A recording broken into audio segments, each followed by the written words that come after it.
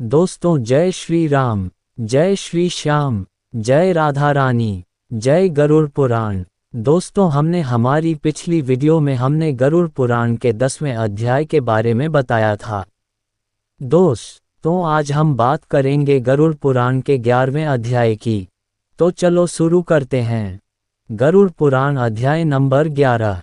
गरुड़ जी बोले, हे केशव, आप दशगात्र विधि के संबंध में बताए, इसके करने से कौन सा पुण्य यह प्राप्त होता है और पुत्र के अभाव में इसको किसे करना चाहिए।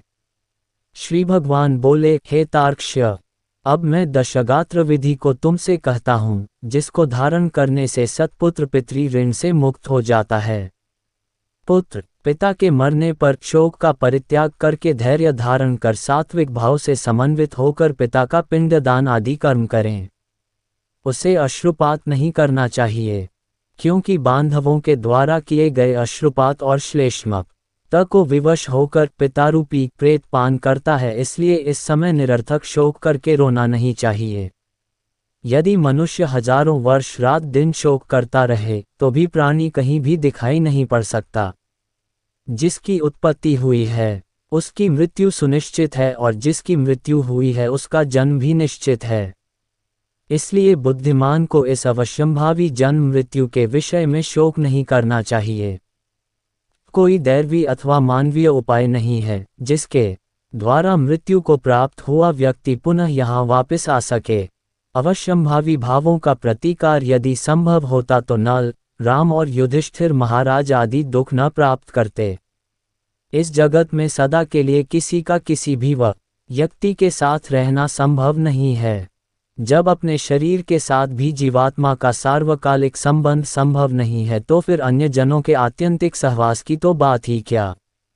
जिस प्रकार कोई पथिक छाया का आश्रय लेकर विश्राम करता है और विश्राम करके पुनः चला जाता है, उसी प्रकार प्राणी का संसार में परस्पर मिलन होता है।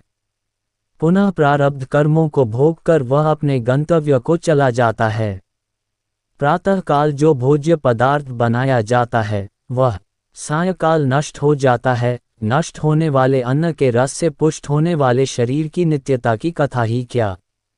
पितृमृण से होने वाले दुख के लिए यह पूर्वोक्त विचार औषध स्वरूप है। अतः इसका सम्यक चिंतन करक अज्ञान से होने वाले शोक का परित्याग कर पुत्र को अपने पिता की क्रिया करनी चाहिए। पुत्र के अभाव में पत्नी को और पत्नी के अभाव में सहोदर भाई को तथा सहोदर भाई के अभाव में ब्राह्मण की क्रिया उसके शिष्य को अथवा किसी सपिंडी व्यक्ति को करनी चाहिए। हे गरुड़, पुत्रहीन व्यक्ति के मरने पर उसके बड़े अथवा छोटे भाई के पुत्रों या पौत्रों के द्वारा दशगात्र आदि कार्य कराने चाहिए। एक पिता से उत्पन्न होने वाले भाइयों में यदि एक भी पुत्रवान हो तो उसी पुत्र से सभी भाई पुत्रवान हो जाते हैं। मनु जी ने कहा है, यदि एक पुरुष की बहुत सी पत्नियों में कोई एक पुत्रवती हो जाए तो उस एक ही पुत्र से वे सभी पुत्रवती हो जाती हैं। सभी भाई पुत्रहीन हो तो उनका मित्र पिंडदान करे अथवा सभी के अभाव में पुरोहित को ही क्रिया करनी चाहिए। क्रिया का लोप नहीं करना चाहिए। यदि कोई स्त्री अथवा पुरुष अपने इष्ट मित्र की अर्धवदैहिक क्रिया करता है तो अनाथ प्रेत का संस्कार करने से उसे कोटियज्ञ का फल प्राप्त होता है। हे खग, पिता का दशगात्रादि कर्म पुत्र को करना चाहिए, किंतु यदि ज्येष्ठ पुत्र की मृत्यु हो जाए तो अति स्नेह होने पर भी पिता उसकी दशगात्रादि क्रिया न करे। बहुत से पुत्रों के रहने पर भी दशगात्र, सपिंडन तथा अन्य षोडश श्राद्ध एक ही पुत्र को करना चाहिए। पैतृक संपत्ति का बंटवारा हो जाने पर भी दशगात्र, सपिंडन और षोडश श्राद्ध एक को ही करना चाहिए, किंतु सांवत्सरिक आदि श्राद्धों को विभक्त पुत्र पृथक पृथक करें। इसलिए ज्येष्ठ पुत्र को एक समय भोजन, भूमि पर शयन तथा ब्रह्मचर्य धारण करके पवित्र होकर भक्ति भाव से दशगात्र और श्राद्ध विधान करने चाहिए। पृथ्वी की 7 बार परिक्रमा करने से जो फल प्राप्त होता है वही फल माता पिता की क्रिया करके पुत्र प्राप्त करता है। दशगात्र से लेकर वार्षिक श्राद्ध पर्यंत पिता की श्राद्ध क्रिया करने वाला पुत्र गया श्राद्ध का फल प्राप्त करता है। कूप, तालाब, बगीचा, तीर्थ अथवा देवालय के प्रांगण में जाकर मध्यमयाम में बिना मंत्र के स्नान करना चाहिए। पवित्र होकर वृक्ष के मूल में दक्षिणाभिमुख होकर वेदी बनाकर उसे गोबर से लीपे।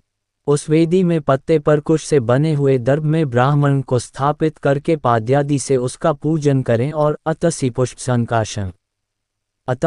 संकाशं पीत्वा सस्मुच्यतम ये नमस्यन्ति गो विंद न तेषां विद्यते भयम इत्यादि मंत्रों से उसे प्रणाम करे। इसके पश्चात उसके आगे पिंड प्रदान करने के लिए कुश का आसन रखकर उसके ऊपर नाम गोत्र का उच्चारण करते हुए पके हुए चावल अथवा जौ की पीठी से बने हुए पिंड को प्रदान करना चाहिए। उशीर, चंदन और भृंगराज का पुष्प निवेदित करें। धूप दीप, नैवेद्य, मुखवास तथा दक्षिणा समर्पित करें। तदनंतर काकान, दूध और जल से परिपूर्ण पात्र तथा वर्धमान जलांज ली प्रदान करते हुए ये कहे कि अमुक नाम के प्रेत के लिए मेरे द्वारा प्रदत्त प्राप्त हो अन्न, वस्त्र, जल, द्रव्य अथवा अन्य जो भी वस्तु प्रेत शब्द का उच्चारण करके मृत प्राणी को दी जाती है, उससे उसे अनंत फल प्राप्त होता है। इसलिए प्रथम दिन से लेकर सपिंडीकरण के पूर्व स्त्री और पुरुष दोनों के लिए प्रेत शब्द का उच्चारण करना चाहिए।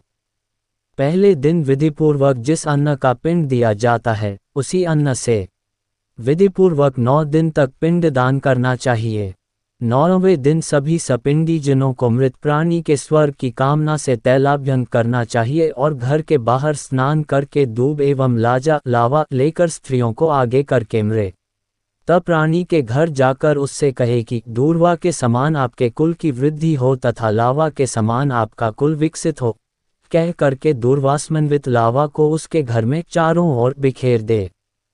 हे खगेश्वर, 10वें दिन मांस से पिंड दान करना चाहिए, किंतु कलियुग में मांस से पिंडदान शास्त्रत निषिद्ध होने के कारण मांस और अद से पिंडदान करना चाहिए।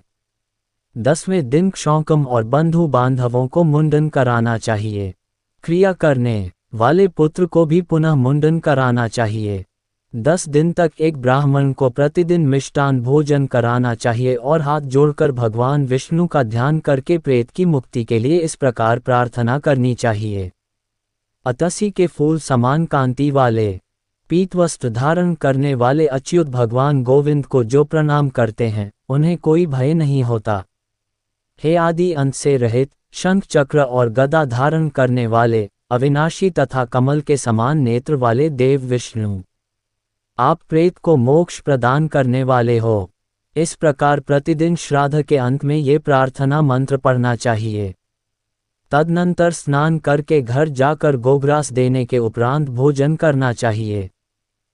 इस प्रकार गरुड़ पुराण के अंतर्गत सारोद्धार में दशगात्र विधि निरूपण नामक 11वां अध्याय पूरा हुआ।